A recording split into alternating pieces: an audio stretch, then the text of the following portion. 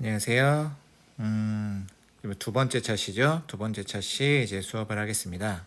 오늘은 이제 절대 왕정에 대해서 이제 설명을 할 텐데요. 우리 이제 중세가 끝나고 이제 이 근대 국가로 넘어가는 그런 중간 단계에서 형성됐었던 게 바로 유럽의 이제 절대 왕정입니다. 자, 이 절대 왕정이 바로 무엇이냐? 왕이 조금 이제 파워풀해진다라는 거예요. 그렇다고 뭐 동방의 그런 왕처럼 이 전대적인 파워 막 이렇게 모든 권력을 다 행사할 수 있는 그런 정도까지는 아니고요. 그 이전에 중세 때 이 왕이 행사 못했었던 그런 힘 이런 것들이 그래도 어느 정도 왕에게 주어지면서 왕이 나름 힘을 가지게 되는 그런 이제 시기가 바로 절대 왕정입니다.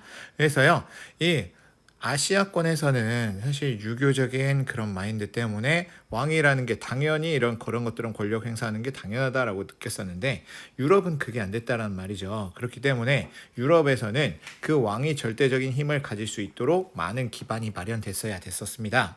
자, 그런 것들이 무엇이 있었는지 한번 보도록 할 텐데요. 자, 보면 자, 뭐 여기 16, 18세기에 이제 강력한 왕권이 이제 통일 국가가 이제 형성되었었다라고 했는데요. 자, 이 뭐 절대 왕정이라고 불렀었던 이 국가는 바로 뭐였냐면은 왕이 드디어 입법, 사법, 행정 모든 권한을 갖는다라는 겁니다. 그 이전에는 이런 권한을 가지지 못했다라는 거죠. 자, 그리고 그런데 그렇지만 이게 완전히 강력한 그런 모습들은 아니었다라는 거예요. 귀족들에게 이제 권한은 여전히 어느 정도의 이제 인정을 할 수밖에 없는 그런 수준이었었다라고 알아두시면 되겠습니다. 이게 이제 읽어보면은 과도기전 형태다라고 이렇게 볼 수가 있겠죠. 자, 이 절대 왕정에서처럼 여기 이제 우리가 볼 거면 이 부분을 조금 우리가 이제 확인을 하고 가셔야 되는 부분인데요. 자, 여기 이 표를 우리가 좀 보셔야 돼요. 이 절대 군주가 되기 위해서 어떤 것들이 이제 절대 군주로 자리 잡기 위해서 어떤 사상들이 그를 이제 많이 뒷받침해 줬느냐라는 건데요. 자, 왕권 신수설입니다. 이 왕의 권력은 신으로부터 나왔다라는 거예요. 자, 그리고 중상주의. 이제 이 중상주의라는 것은 상업 우선주의로서 이제 나라를 이제 부유하게 만들면서 그에 따른 이익으로 이제 나라가 굴러갈 수 있게끔 이게 그 권력이 또 돈을 통한 그런 권력을 확보할 수 있었던 그런 게 바로 이 절대 군주라고 보시면 되겠습니다. 자, 그 절대 군주는 그래도 뭔가 본인이 다룰 수 있는 뭔가 이렇게 칼들이 있어야 되겠죠? 그런 것들이 밑에 있는데요. 상비군이라는 존재입니다. 이 왕이 직접 통솔하는 부대예요. 자, 이 왕이 직접 얘네를 이제 다스릴 수 있는 부대고요. 얘네들은 누가 이제 돈을 줘가면서 운영하는 거예요? 나라에서 돈을 줘가면서 이 왕이 직접 돈을 줘가면서 운영하는 그런 군대입니다. 그리고 관료제라는 게 있는데 관료제라는 건 바로 뭐예요? 이 왕 밑에 일하는 이런 관리들이죠. 실제로 업무를 나란 일을 하게 되는 이런 관리들인데 이런 관리들은 등급에 따라서 이렇게 딱딱딱딱 위계 있게 정해지는 그런 시스템이었었습니다. 가장 정점은 바로 누구다? 왕이다라는 거예요. 자, 이런 식으로 이제 왕에게 이제 왕권을 지지해주는 이런 세력들과 그 다음에 이런 사상들이 있었다라는 겁니다. 자, 이런 것들은요, 그 이전에 이런 것들을 이런 밑에 부분에서 어떤 것들이 있는지 조금 더 보자면 우리 이런 시스템은 여전히 남아있다라는 거예요. 봉건 귀족은 여전히 있어요. 근데 이 봉건 귀족은 사실 왕이 이 귀족들에게 땅을 준 거죠. 그러면 이 왕은 얘한테 뭐라고 말을 못 하잖아요. 얘네 이 땅을 받은 이 봉건 귀족들의 그런 영지는 그들의 어찌 보면 소유이기 때문에 이 왕이 감히 터치를 원래 못했었는데 이제는 어느 정도 터치가 가능하다라는 겁니다. 세금이라는 명목하에 이 농민에게 이 봉건 귀족이 가지고 있는 땅 안에 이런 농민들에게 세금도 거둘 수 있고 얘네들을 이제 군인으로도 이제 징발할 수 있다라는 겁니다. 자, 여기도 이제 마찬가지죠. 이 귀족뿐만 아니라 도시의 이런 상인들 또한 이제 이 얘네들에게도 세금을 매기고 그 다음에 이제 군인으로도 이제 만드는 그런 역할을 했었다라는 거예요. 자, 얘네들 상인 수공업자들이 얘네들이 그렇게 밑도 끝도 없이 이런 이 왕에게 충성하진 않았겠죠. 바로 어떤 이제 이익을 보면서 이 상인들은 이 왕에게 충성을 했었냐면, 얘네들은 이제 말 그대로 이 무역 독점권, 그러니까 외국을 나갈 때 이 절대 군주가 루트를 뚫어주게 되는 거죠. 자, 그러면서 얘네들한테 이제 이런 독점권을 주고, 얘네들은 그 대가로 이제 일정 페이를 지급받기도 하고요. 그 다음에 얘네들 이 상인들, 이 시장 상인들을 이제 이 왕이 보호해주면서 이 서로 보완해주는 그런 모습을 보였었다라는 겁니다. 자, 여기 이제 내용들을 좀 볼 텐데요. 절대 왕정에서는 군주의 권한을 강화하기 위해서 무엇보다 이제 충성스러운 관리, 바로 이 충성스러운 관리들로 이루어진 시스템이 바로 뭐다?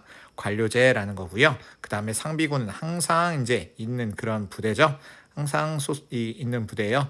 예전에는 이 상비군이란 개념이 없어요. 왜냐하면 상비군은 사실 전쟁이 일어나지 않으면 군인은 뭐예요? 아무 쓸모없는 존재잖아요. 자, 그렇기 때문에 전쟁이 없으면 얘들은 당연히 그냥 농민이나 그렇게 그냥 상인은 상업의 일, 이런 일들을 했었는데, 항상 얘들은 그냥 훈련하고 군인으로서 있고 월급을 받는 군인이 되는 겁니다. 자, 이런 것들은 돈이 있어야 가능한 거죠. 자, 이런 재정 같은 경우에 이런 상인들로부터의 이런 많은 지원, 그 다음에 나라로부터의 이런 일반 농민들, 국민으로부터 세금을 거두면서 이런 것들이 다 충당됐었다라는 겁니다.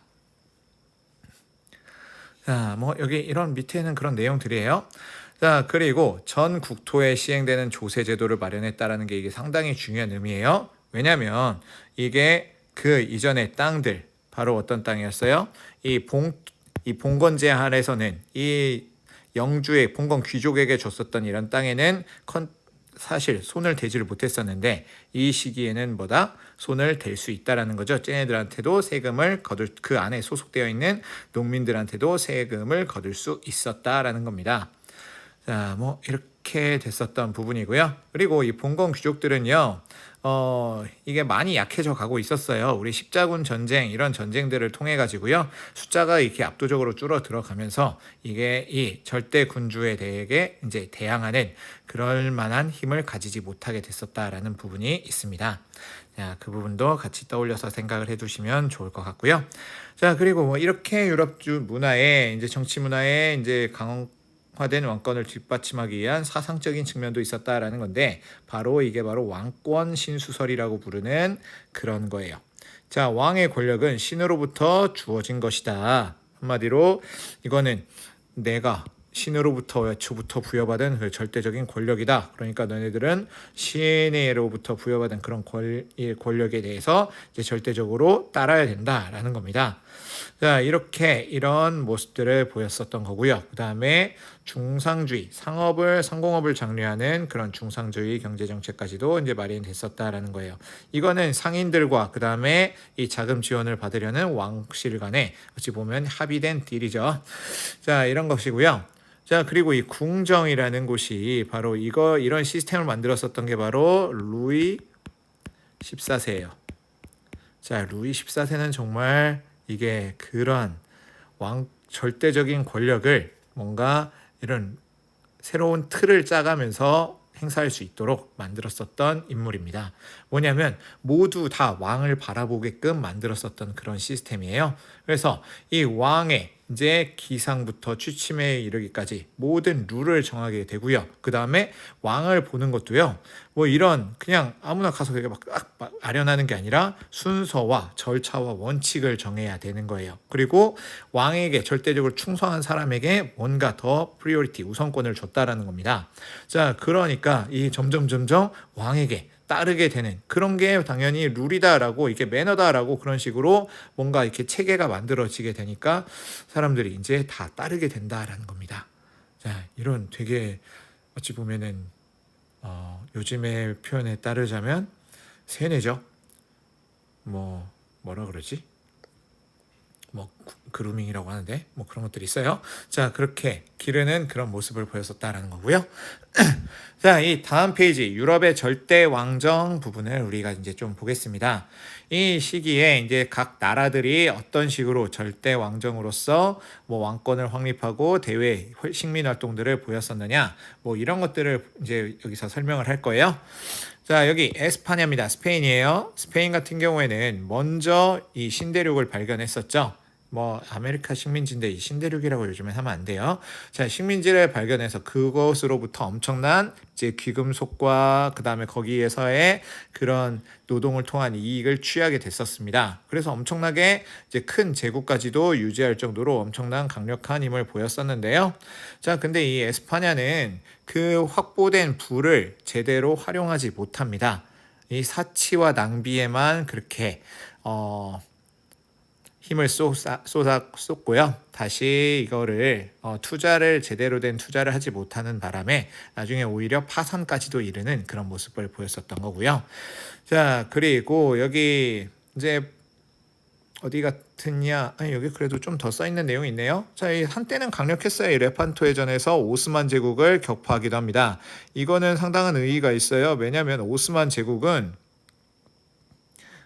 그때 당시에 1400년대까지만 해도 이 유럽이 연합으로 가가지고 싸웠을 때도 졌었거든요. 근데 이 에스파냐가 가가지고 이겨버립니다. 자, 이런 모습도 보이고, 그 다음에 여기 밑에 붙어 있었던 포르투갈도 이게 잠깐 이렇게 병합까지도 했었지만, 얘네들은 결국에는 이 극단적인 뭐 이제 원래는 이런 경제적인 낭비와 그 다음에 이런 그 가톨릭에 대한 강요라고 해야 되나요? 그러니까 이 얘네들이 거느리고 있었던 식민지가 바로 네덜란드, 벨기에 이런 곳이 있었는데, 이곳은 우리 그 이전에 종교혁명, 아니 종교전쟁 이런 것들 봤을 때 여기는 바로 뭐 이 고이센이라고 부르는 신교가 이제 유행했었던 곳이거든요. 근데 그곳에서 가톨릭을 이제 강요하다 보니까 이런 곳에서 반항을 하게 되면서 이 독립전쟁이 벌어지게 됩니다. 근데 이 독립전쟁을 져요. 그리고 또 하나, 이 무적함대라고 불리는 이 에스파냐의 무적함대가요, 영국의 드레이크 함대에 의해 패배를 당합니다. 자, 그러면서 이 대외적으로 위축이 되기도 했었는데, 이게 원래 결정적으로 얘네가 망하게 됐었던 것은요, 사치예요. 사치와 그 다음에 뭐라 그래야 되나? 일단 이 부의 재투자 같은 것들을 못하는 바람에 이 크게 쇠퇴하면서 이 지도자적인 그런 지위를 잃어버립니다. 자, 이 영국 같은 경우에는 사실 대외 정책에 있어서 후발주자예요. 자, 그런데 이 엘리자베스 1세 때 이 스페인을, 에스파냐를 이기면서 이 대서양 이런 연안의 이제 절대 강자로 이제 군림하게 됩니다. 뭐냐면 엘리자베스 1세 때 아까 위에 봤었던 무적 함대를 격파시켜요. 이 드레이크 함대라는 사실 뭐 해적에 가까운 그런 함대인데요. 함대를 육성해서 이 무적 함대를 격파하게 되고요. 그 다음에 이 내부적으로는 이 모직물 산업 이런 것들을 이제 주도적으로 이제 육성했었다라는 거예요. 자, 이 중상주의 정책이라는 것은 아까 상업 중심주의의 그런 정책이라고 했었죠. 자, 이 모직물, 영국 하면 모직물 이렇게 여러분들이 좀 기억해 두시면 좋아요. 이거 뭐 브랜드, 굳이 내가 따지자면 얘기를 했었죠. 버버리라는 브랜드가요, 목도리로 상당히 유명한데, 그게 바로 이 모로, 그러니까 양털로 된 캐시미어로 되어 있는 그런 이제 목도리가 매우 유명해요. 자, 그런 것들처럼 이런 모직물에 관해서는 지금 현재도 최고 수준의 이런 모직물을 만들게 되는 그런 국가입니다. 자, 그런 것들처럼 이런 모직물 산업으로 이제 크게 발달했었다라는 그런 내용과, 그 다음에 에스파냐 이제 격파하고요. 그 다음에 동인도 회사라는 것을 세워가지고요, 아시아 쪽으로 진출해가지고 어디를 얘네가 장악하게 되냐면 나중에 인도를 장악하게 됩니다. 자, 이 아시아 쪽으로 진출해서 나중에 인도까지도 장악하는 이런 이제 점점 더 강력해지는 모습을 보인다라는 겁니다. 자, 그리고 이 프랑스라는 나라는 아까 우리 앞에서 살짝 얘기했었던 루이 14세라는 인물 시기에 이 중앙 집권화를, 그러니까 이 절대 왕정의 절정을 달하게 돼요. 자, 이 루이 14세는요, 아까 이렇게 그 궁정이라는 궁정의 예법 이런 틀을 만들어 가지고요. 왕에게 이런 많은 귀족들이 충성하는 그런 모습을 보이게끔 했고요. 자, 왕권이 거의 절정에 달했다라고 해서 이제 본인을 이제 거의 짐이 곧 국가다라고 표현할 정도로 이 절정에 달하는 그런 강력한 모습을 대내외적으로 이제 알렸습니다. 자, 여기 보면 특히나 이 베르사유 궁전이 이제 이때 당시에 이 화려한 궁정 문화의 그 진수인데요. 저 앞에 우리 책 앞쪽에 뭐 베르사유 궁전 해가지고 되게 화려한 궁전의 그런 모습들이 있을 거예요. 자, 이 베르사유 궁전 같은 경우는 아까처럼 궁정 예술 있죠? 아니, 궁정 문화 이런 것들을 꽃피울 수 있는 그런 곳이었다라고 알아두시면 되겠습니다. 자, 그리고요. 아까 지금 절대 왕정은 양쪽으로 이제 힘을 기울였던 게 바로 뭐예요? 상인이나 이런 애들로부터 뭔가 지원을 받으려면은 이게 공격을 나갔었어야 되겠죠. 중상주의 정책 이런 것들을 이제 힘쓰게 됐었는데요. 그거 업무를 맡은 인물이 바로 콜베르라는 인물입니다. 자, 이 콜베르라는 인물은요. 이런 상업 중심의 그런 중상주의 정책을 펼치면서 이제 국가 재정을 이제 튼실하게 하려는 하는 그런 모습들을 보였었는데요. 이 루이 14세는요. 근데 이게 모든 면에서 뭔가 이렇게 뛰어난 업적만 보인 건 아니에요. 이 사방팔방으로 싸움을 걸어갑니다. 아까 저기 네덜란드 있죠? 네덜란드하고도 싸우고요. 에스파냐 왕위계승 전쟁도 벌이고요. 뭐 별의별 전쟁을 다 벌여요. 또 독일 쪽하고도 싸웠던가 그래요. 자, 그러면서 이 전쟁, 무모한 전쟁 사실 이겼으면은 그래도 많은 성취가 있었겠지만 이게 프랑스가 한 곳이 너무나 커지는 것을 막는 그런 이게 유럽 간의 암묵적인 합의라고 해야 되나요? 그런 것들이 있어가지고요. 한 곳이 커지는 것을 막기 위해서 이게 다 대동맹을 하는 그런 모습들을 보이면서 이 프랑스 왕실은 결국에는 큰 성취를 거두지 못하고 이게 이 재정난에 빠져들게 됩니다. 전쟁이라는 것은 돈이 엄청나게 많이 드는 일이에요. 자, 그리고요. 여긴 서유럽은 일단 이런 식으로 그래도 이게 절대 왕정의 전형적인 모습을 보였었다라고 하면요. 이 동유럽은 좀 그렇지 않다라는 거예요. 자, 이 동유럽 같은 경우에는요. 우리 그 산업화나 아니면은 이 봉건 제도가 발달하지 않았었던 곳이에요. 그래서 우리 그 이전에도 봤듯이 뭐 재판 농로제 이런 것들도 있었을 겁니다. 그러니까 이 봉건제가 무너지면서 이 자유농민들이 해방되고 막 이런 모습들이 있었어야 됐는데 이 동유럽 같은 경우에는 그런 부분에 있어서 많은 발달이 이루어지지가 않아요. 인구 자체도 적고요. 그러면서 이게 이 도시와 상공업 이런 것들이 발달하지를 못해요. 인구 자체가 이제 미약하고 저런 봉건적인 단계가 이제 제대로 이루어지지가 않게 되면서요. 그래서 이 동유럽에서는요. 그래도 이 동유럽에서도 절대 왕정이라는 게 수립이 되기는 하는데 이 절대 왕정을 수립해 줄 때 금전적인 면 이런 것들을 이제 지원해 주는 그런 주체가 바로 누구였냐면은 봉건 귀족들이었습니다. 이런 귀족들이 바로 이런 얘네들을 이제 이 왕조를 이제 지지해 줬었는데요. 그렇기 때문에 얘네들은 뭔가 새로운 관념 그러니까 이 왕이 절대적인 이제 존재다라고 그렇게 자신을 표현한다라기보다는 바로 뭐냐면은 자기가 바로 이제 왕의 천하제일의 공복이다 뭐 이렇게 표현을 하고 본인이 모범을 보이겠다라고 하는 이 모범 계몽 군주로서의 모습들을 보였었다라는 겁니다. 자, 여기 볼까요? 자, 여기 보면은 군주는 국가의 제일의 공복에 지나지 않는다. 그러니까 이 국가가 짐이 곧 국가다. 이건 뭔가 이거랑 약간 느낌이 다르죠? 이 동유럽에서는요. 이 군주라는 존재가 바로 모범이 되고 그다음에 나라를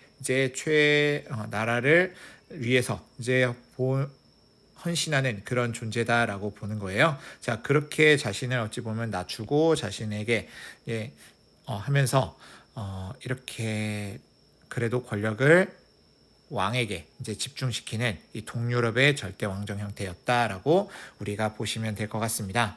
여기 중상주의의 기본적인 틀을 좀 여기 이제 써 있는 걸 보자면요. 자, 여기 보면은 여기는 나라 내부예요. 자, 내부에서는 이게 그때 당시에는 중금주의라고도 불렀었거든요. 나라의 부가 이제 축적이 되면은 나라가 강력하다라는 이런 믿음을 가지고 있었어요. 그래가지고 뭘 하게 되느냐? 식민지로부터 이제 원료를 수입해 가지고요. 공장을 건설해서 이제 물품을 만든 다음에 완성품은 이제 또 다시 또 외국에다가 수출을 하겠죠. 근데 어디 수입품 같은 경우에는 관세로서 막아버려요. 자, 그러니까 이게 다른 수입품 막고 수출만 하니까 다른 이게 수출하게 되면은 이제 돈을 걷어들이겠죠. 그래서 이게 막 부가 계속 쌓여가는 이 중금주의 그런 정책들을 보였었다라는 겁니다. 여기서 자국 산업을 보호 육성하고 수출을 장려하고 외국 상품은 이제 못 들어오게 하는 그런 모습들을 보였었다라는 겁니다. 이게 중상주의였었어요. 자, 근데 이런 부의 이런 모습들은요. 사실 뭐 이게 좋은 방향이라고 보는 건 아니더라고요. 자, 아무튼 이런 내용이 있었다라고 우리가 알아두시면 될 것 같고요. 자, 뭐 절대왕정과 전쟁 이런 것들이 여기 챕터에 있네요. 이제 주제탐구 부분에 있는데요. 뭐 칼레전 같은 경우에는 이게 뭐 무적함대를 이겼었던 그런 전투일 거예요. 그러니까 칼레전과 그 다음에 7년 전쟁 같은 경우에는 이제 프로이센과 그 다음에 오스트리아가 이제 벌였었던 전쟁인데 이게 바로 뭐냐면 프리드리 2세라는 왕이요. 오스트리아 왕위 계승을 마리아 테레지아라는 여자 여왕이 이제 왕위를 잇게 됩니다. 자, 근데 그때 이제 약해진 틈을 타서 오스트리아가 여왕이 이게 왕위 계승을 하는 그런 틈을 타가지고 기습해가지고 이제 뭐 드레스덴인가 뭐 이런 데를 이제 뺏게 됩니다. 꽤나 이렇게 상업적으로 중요한 위치를 뺏어버려요. 자, 이렇게 기습적으로 뺏기니까 이 오스트리아가 열받겠죠. 그래가지고 이 프로이센을 이제 공격하는 그런 모습을 보였었는데요. 자, 이 프로이센이 그렇게 기습적으로 이 오스트리아의 꽤나 좋은 땅을 뺏어간 것에 대해서 전 유럽적으로 분노를 하게 된 거예요. 그래서 이 팀전이 벌어지게 됩니다. 프로이센과 영국이 팀을 맺고요. 오스트리아랑 뭐 이렇게 프랑스 이런 나라들이 팀을 맺어가면서 이제 전쟁이 벌어지면서 7년 동안 이어졌었던 그런 전쟁이었어요. 자, 그리고 바르톨로메오 대학살이라고 불렀었던 사건은 이 종교적인 학살이에요. 뭐냐면 이 위그노에 대한 그런 학살인데요. 이 프랑스 남부 지방에 우리 신교도인 위그노가 있었는데요. 위그노에 대한 그런 대학살이 벌어지게 됩니다. 근데 그런 것들에 대해서 이제 이 앙리 4세라는 인물 자체도 이 위그노였어요. 근데 이 인물이 바로 이 가톨릭으로 이제 개종을 하면서 이 가톨릭을 개종을 했지만 그래도 낭트 칙령이라는 걸로 신앙의 자유를 허용하는 그런 모습들을 보였었다라는 겁니다. 자, 그리고 이 레판토 해전은 아까 이 펠리페 2세, 그러니까 이 에스파냐죠. 펠리페 2세가 바로 이 오스만 제국의 함대를 물리친 그런 거였었습니다. 이 첫 번째 1차 전쟁 때는 졌어요. 1차 해전 때는 졌는데 2차 해전인 이 레판토 해전 때는 물리쳤었다라고 우리가 알아두시면 되겠습니다. 자, 그리고 이 독일의 30년 전쟁입니다. 이거는요, 다양한 상황들이 얽히고 설켜가지고 벌어진 전쟁이에요. 자, 여기 보면 뭐 이게 정말 중요한 전쟁이에요. 사실 이게 시험 같은 데도 정말 잘 나오는 전쟁인데요. 자, 30년 전쟁입니다. 독일에서 발생한 전쟁인데 이거는 다양한 이유가 있어요. 뭐 종교적인 목적도 있습니다. 이 칼뱅이라는 인물이 있었죠. 이 칼뱅파가 이 30년 전쟁의 결과인 베스트팔렌 조약으로 드디어 신앙의 자유를 얻게 돼요. 자, 이런 것들과 그 다음에 여기도 밑에 써 있네요. 자, 가톨릭, 루터파, 칼뱅파를 선택할 수 있는 그런 권리를 얻어냈었다라는 것과 그 다음에 이 독일이라는 곳이 이제 벌인 전쟁이 바로 어떤 내용이었더라? 어떤 내용이었지? 30년 전쟁이 기억이 가물가물하네요. 이거 뭔 전쟁이었지? 자, 잠시 한 1, 2분만 컨닝을 하겠습니다. 왜냐면 나도 다 기억이 나는 건 아니에요. 자, 30년 전쟁이 어떤 것이 있었느냐? 이 30년 전쟁이 기본적으로 그거였어요. 뭐냐면 이 종교에 관련해서 이제 신앙의 자유를 이제 외치면서 이 내부적으로 이 이 독일 같은 경우에는 영방 국가라고 해가지고요. 이 왕이 있기는 하지만 이 영방 이렇게 이 제후들이 오히려 더 힘이 센 경우도 있었고, 이런 제후의 연합체들이 그때 당시에 얘기했었을 때도 뭐였어요? 왕의 말을 듣지 않아요. 자, 이런 모습들을 보이면서 내부적으로 이렇게 나는 이 신교를 지지해, 이런 애들이 등장해가지고 이제 싸웠었던 그런 전쟁이었습니다. 근데 이거에 대해서 지지하는 이 국가들, 신교를 지지하는 국가들이 이 신교를 지지하는 제후들을 편에 들고, 그 다음에 이 구교, 크리스트교를 이 가톨릭교를 지지하는 이런 세력들이 바로 이 황제편을 들면서요, 이 30년 동안 전쟁이 벌어졌었던 게 바로 이 30년 전쟁이었었습니다. 그래서 이 조약, 베스트팔렌 조약이라는 조약은 여러분들 꽤나 중요한 조약이에요. 그러니까 꼭 이 30년 전쟁과 베스트팔렌은 꼭 기억하셔야 됩니다. 베스트팔렌 조약, 이 종교 선택의 자유를 얻은 거예요. 자, 그리고요, 이제 다음 페이지는 여러분들이 한 번쯤 읽어보면 좋을 것 같고요.